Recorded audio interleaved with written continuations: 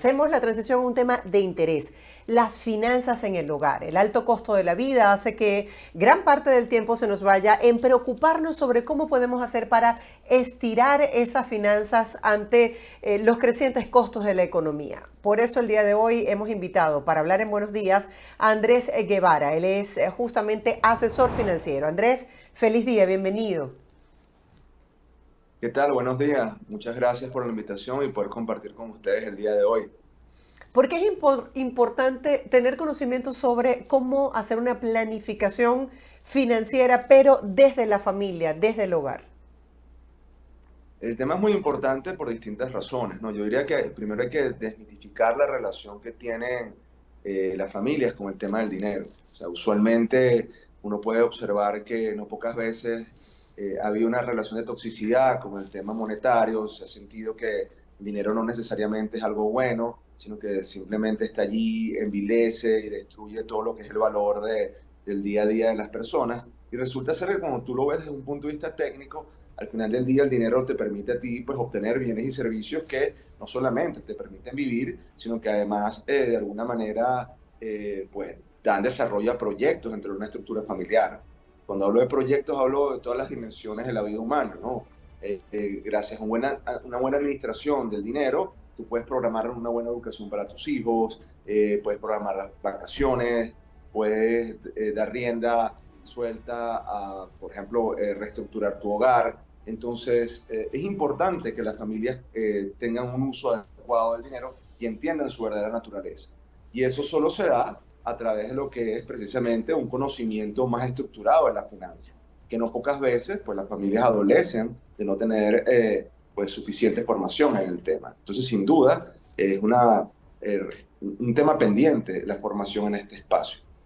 Sí, veo la preocupación de muchos padres de familia que dicen, bueno, no nos prepararon en casa para saber cómo manejar nuestros ingresos, lo vamos aprendiendo sobre la marcha, pero ¿qué pasa si lo que gastamos o los compromisos son mayores a lo que ganamos? O sea, ¿cómo entender que estamos en un punto en el que necesitamos reducir los gastos e incrementar los ingresos? Sí, precisamente por la falta de formación, la gente, y por supuesto no se puede generalizar, pero usualmente a lo que te enfrentas es al hecho de que sin preparación no tienes capacidad de administrar, ¿no? Es un tema que está altamente correlacionado. Y en tal sentido, yo creo que el primer tema que tiene que enseñarse dentro de la estructura familiar es a la elaboración de un presupuesto, por una parte, y lo segundo es incentivar una estructura de ahorro. ¿Ok? Si tú no tienes un presupuesto y tú no determinas en compartimientos cuánto tú debes tener y gastar en cada uno de los espacios de tu vida, o de la vida familiar en este caso, lamentablemente entonces empiezas a cometer excesos o dejas de ser previsivo. Eso por un lado. Y lo otro es que también empiezas a desaprovechar potenciales elementos que te puedan ayudar a ti a mejorar las finanzas. Por ejemplo, si tú puedes postergar ciertos pagos porque sabes que el flujo te lo permite, si tú sabes que, por ejemplo, hay ciertas opciones para tener descuentos al momento de desarrollar determinados elementos en tu gasto diario, tu gasto corriente, tú te pones a ver que hay posibilidades de generar pues ahorros significativos. Yo, por ejemplo, en el caso de las finanzas familiares, siempre le digo a las personas que tengan muchísimo cuidado con los denominados gastos hormiga, que son esos gastos, son ese tipo de pagos que tú realizas probablemente a diario y que no te das cuenta, pero cuando tú los estás sumando, Sí. probablemente se lleven una buena tajada del presupuesto. Voy a poner un ejemplo práctico para que entiendan de qué va esto. Si tú, por ejemplo, tienes un kiosco frente a tu oficina o un lugar en el que vendan chucherías, un mini mercado, un abasto, y todos los días vas y compras un caramelo, o compras un dulce, o compras un refresco o una bebida y gastas $1 o $2, $1 o $2, cuando tú sumas eso entre los días laborales, supongamos que son 5, tú estás gastando aproximadamente $10 a la semana. Si tú eso lo multiplicas por 4, quiere decir que tú estás gastando $40 al mes. Probablemente $40 al mes pudiera ser una salida low cost dentro del contexto venezolano si lo ponemos en dimensiones. Esto también puede extrapolarse a personas que están en la diáspora en sus respectivas pues estructuras de costo. Entonces, ese tipo de detalles y poder uno, dos, tres, cuatro gastos hormiga, ese tipo de detalles cuando tú los llevas a la práctica, lamentablemente te hacen entender que no estás siendo consciente del buen uso de tus recursos y pudiste haber ahorrado y no lo hiciste, por ejemplo. Totalmente. Me pasa cuando uno va a una estación de servicio y de pronto los niños, mami, algo para tomar porque hay mucho calor o algún dulce porque me provoca. Y uno como que flexibiliza y dice, ok, pero luego cuando empiezas a sacar esos gastos suma, como tú lo dices. ¿Cómo hacer para dejar de relacionar la parte emocional con el dinero? Porque tenemos esa famosa frase de Dios proveerá, o me doy el gusto porque me lo merezco, porque yo trabajo por esto, y entonces estamos de vacaciones y me voy una salidita a la playa porque me lo merezco. Sí, esa es una pregunta súper pertinente porque sin duda te lo mereces, pero tienes que saber administrar el merecimiento, como digo yo, o digamos, ese sentido de querer de alguna manera saber cómo te lo mereces o no. Porque, a ver, sin duda, tú tienes que tener la capacidad de administrarte de forma tal que tú destines para esa parte emocional un elemento del presupuesto. Entonces, 5 o 10% de lo que yo gano lo voy a destinar para mis caprichos o para mis temas emocionales, como mencionas tú en la pregunta. Entonces, yo sé que para la playa, si yo gano $500, yo nada más puedo gastar 50. Entonces, bueno, si es poco o mucho, para tu salida tú tendrás que ajustar tus caprichos a ese tema, porque de lo contrario, si no estás dejando de abordar lo que es realmente esencial. O sea, las finanzas, en el mundo de las finanzas se dice mucho un dicho que dice que los banqueros tienen el corazón de piedra y los ojos de vidrio, ¿no? Y si tú lo llevas al mundo de las familias, pues, y empresarial es exactamente igual. Cuando las compañías se sobregiran en el uso de sus recursos, no lo usan de forma responsable, comienzan a tener problemas de liquidez, y si tú tienes problemas de liquidez, simplemente no puedes seguir operando. O sea, imagínate tú que no tengas suficiente dinero para pagar nómina, por ejemplo. Entonces, el mismo ejercicio tienes que llevarlo tú a tu casa. O sea, si yo compro, por ejemplo, chucherías todas las semanas, todos los días, en la bomba de gasolina o cuando voy al kiosco, que era el ejemplo que yo usaba, lamentablemente voy a dejar de tener la porción necesaria para poder ir a una librería y comprarme el libro que quería para el mes, por ejemplo, que puede ser mi capricho porque me lo merezco, o dejar de tomar ciertas decisiones. Entonces, incluso ese tipo de operaciones, digamos, mentales de que yo me lo merezco, tienen que estar sujetas a una parte estructural de tu presupuesto. Y por supuesto, si hay ocasiones especiales, por ejemplo, navidades, cumpleaños, etcétera, tú tal vez puedas estirar un poco más y lo vas previendo. Yo creo que un tema importante que está empezando de nuevo a resurgir dentro de la estructura de la situación venezolana es el tema del crédito comercial. Entonces, has tenido algunas opciones, incluso dentro de las propias tiendas o a nivel digital, que te permiten programar un poco mejor los gastos. Entonces, tú sabes que si tienes que hacer 3, 4 pagos para poder pagar uno de tus caprichos emocionales, lo puedes hacer. Pero precisamente el crédito y el scoring muchas veces de este tipo de cosas se fundamenta en la previsión de tu capacidad de pago. Cuando alguien te da un crédito a ti, normalmente lo hace previendo tu capacidad de ingreso y precisamente el no asfixiarte al momento de pagar. Entonces es muy importante que la emocionalidad se una a un elemento de racionalidad, porque de lo contrario vas a Totalmente. terminar cayendo en exceso. Si tú ¿Por qué no nos caes, o cuesta sea, si tú no, tanto establecer hay, prioridades? Es decir, siempre los asesores nos hablan sobre tener un fondo de emergencia, pero hay muchas personas que dicen, bueno, pero es que si el dinero no me alcanza para manejarme con los gastos del día a día, ¿cómo hago para ahorrar para ese fondo de emergencia? ahí tienes que, claro, el tema es que tocas un tema complejo en el caso venezolano, por el hecho de que, bueno, no es ningún secreto, el poder adquisitivo de la mayoría, yo estoy hablando del caso de Venezuela, pero si lo Sí, llevamos claro. también al caso de la diáspora, claro, porque esto hay que diferenciarlo de país en país, pues no es lo Sí, mismo hablar de claro. esto en Suiza que hablarlo en Venezuela, no, o sea, hay que guardar las distancias y las diferencias. O también hablar de alguien que está, por ejemplo, migrando, una realidad que tenemos dentro del país.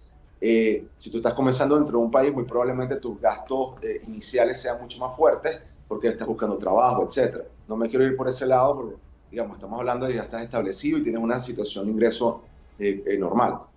Sin duda, en Venezuela es un tema álgido el tema del ingreso, porque lamentablemente tú no tienes capacidad de ahorro y eso es algo que normalmente, bueno, lo ves a nivel de la opinión pública. O sea, ¿dónde puedo yo ahorrar si no tengo ni siquiera para cubrir la canasta básica o etcétera? Estos son temas de la opinión pública. Ahora, suponiendo que ese es el caso, pues lógicamente tú no le puedes pedir a alguien que no pueda digamos, vivir bajo una curva mínima de nivel de pobreza, buscar un modo de subsistencia. Pero bueno, y precisamente y darte una respuesta racional a cómo superar la pobreza, pues es otro tema. Ahora, yo te diría que en la medida de lo posible, porque tampoco la idea no es darte soluciones, no, en la medida de lo posible, tú tienes que intentar racionalizar tu presupuesto al máximo y buscar así sea ahorrar entre el 5 y el 10% de lo que tienes. Claro, la gente me dirá, bueno, Andrés, si gano $500, lo que estoy ahorrando son 50 al mes. Si gano 50 al mes, lo que ahorro son $5. Yo te diría, bueno, sí.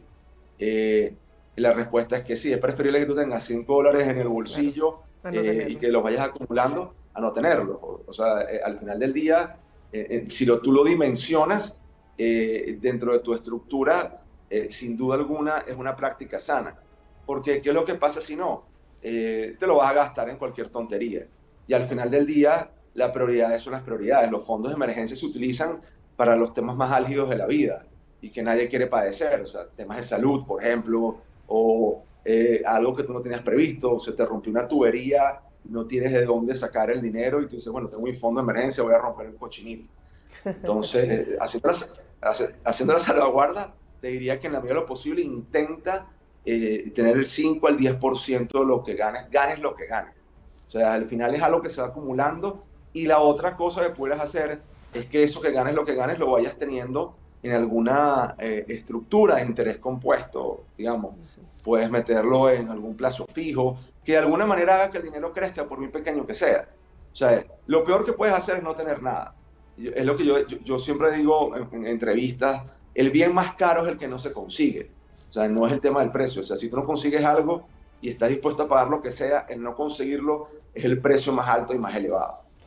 Ya para Entonces, finalizar, Andrés, ¿cuál sería, digamos, esas opciones en las que han incursionado los venezolanos para tratar de generar ingresos adicionales? Eso que llamamos nosotros el plan B, el tigrito, el emprendimiento. sí, yo diría, mira, primero, aquí, por ejemplo, el tema de estimular la cultura bursátil, y no te diría solo la nacional, sino la internacional, es algo que pudiera hablarse. En algún momento, para que te hagas una idea, para 1929, Estados Unidos tenía, te digo la fecha porque fue muy conocida por el tema del crack bursátil, pero tú tenías cerca de un tercio de la población estadounidense dentro de lo que era la estructura de la bolsa de valores.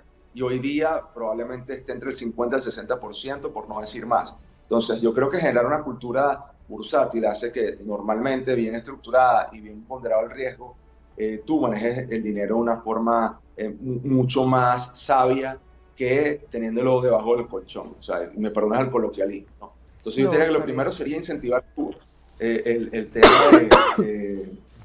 de alguna manera, de que tú tengas introducción al mundo bursátil. Y de hecho, hay programas, incluso internacionales, que te permiten tener opciones tan baratas como inversiones preliminares de $5. Eso por un lado. Entonces, cuando tú te enfrentas a eso, te das cuenta de que tienes posibilidades de incluso comenzar a ahorrar así.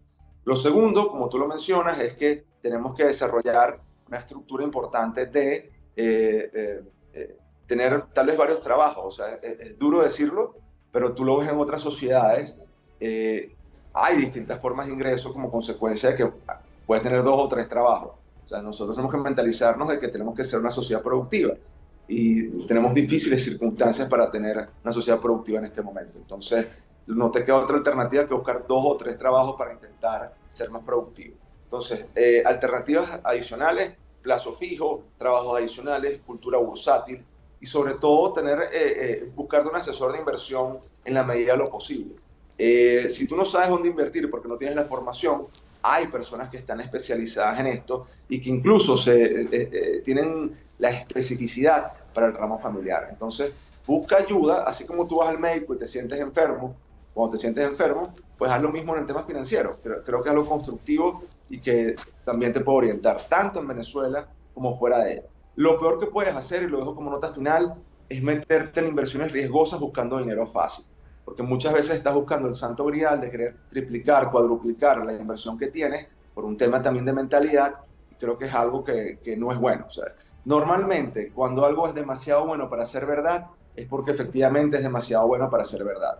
Las buenas decisiones financieras toman tiempo normalmente, se hacen con gente seria, a veces son tediosas en temas de compliance, pero a la larga son las que te dan los frutos correctos y las que te mitigan el riesgo, porque siempre en el ámbito financiero vas a tener riesgo y cuando está el nombre de la familia por delante, creo que la prioridad va a ser siempre salvaguardar el bienestar de tu familia y tu entorno.